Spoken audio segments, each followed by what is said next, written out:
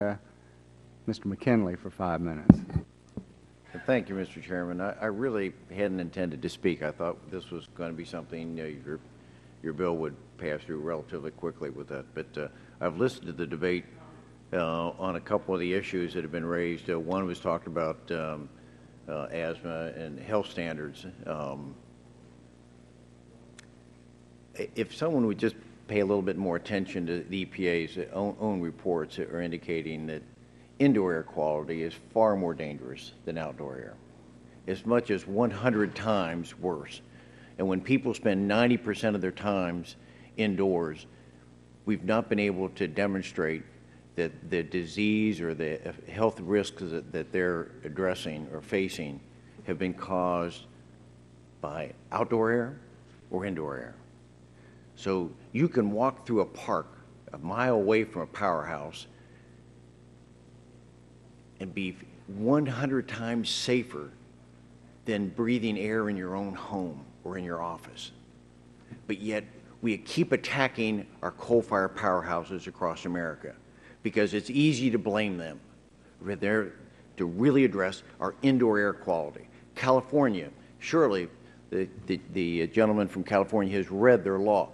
They're much more aggressive in California trying to address it because they understand it's not coal-fired powerhouses it's caused. It's much more dangerous on our indoor air quality.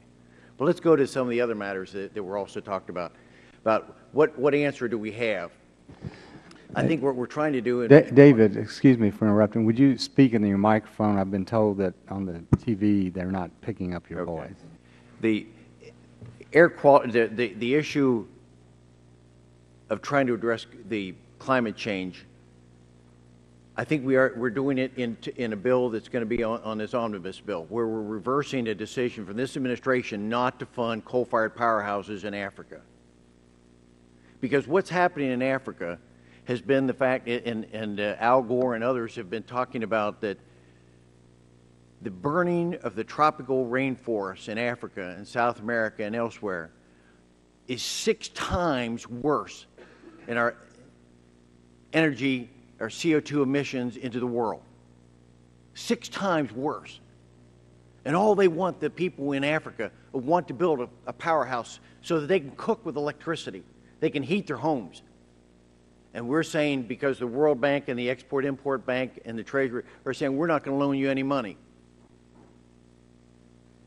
I think you're going to see a change, the fact that under the omnibus bill, we're going to allow them to go back and refinance so that they can build coal-fired powerhouses there. We're going to reduce the CO2 emissions in the world by what we're doing, by addressing the poverty and the situation. If we want the nations of the world to emerge from poverty, you've got to give them electricity.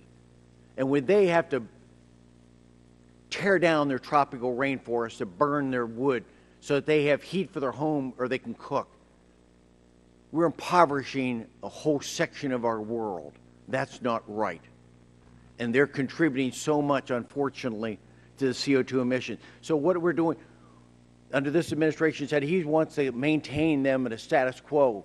And what we're saying is we're trying, instead of that, if it's 0.2% emissions of our coal-fired powerhouses in America, 0.2% of the CO2 emissions of the world come from our coal-fired powerhouses. We're going to put at risk hundreds of thousands, if not millions, of jobs in America when we know this isn't the problem. It's easy to pick on from the other side, but the science doesn't back it up. And I get so frustrated sitting here listening to the debate about picking on coal-fired powerhouses when we're talking about, the gentleman from Virginia talks about, we can accomplish all this, we're just going to add to the cost of adding products. We're going to hurt our middle class. We're going to cause even a greater division between the rich and the poor when we start raising utility bills. We're going to drive more jobs offshore. Look, this is serious business. And this idea of pushing an ideology only crushes an industry here in America and puts at risk jobs all across. It's not just coal mining jobs. It's the railroad workers. It's the truck drivers. It's the timber industry. All that's affected by our fossil fuels, our coal.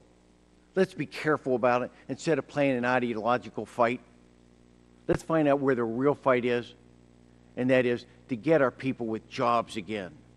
I yield back the balance of my time. Gentleman yields back the balance of his time.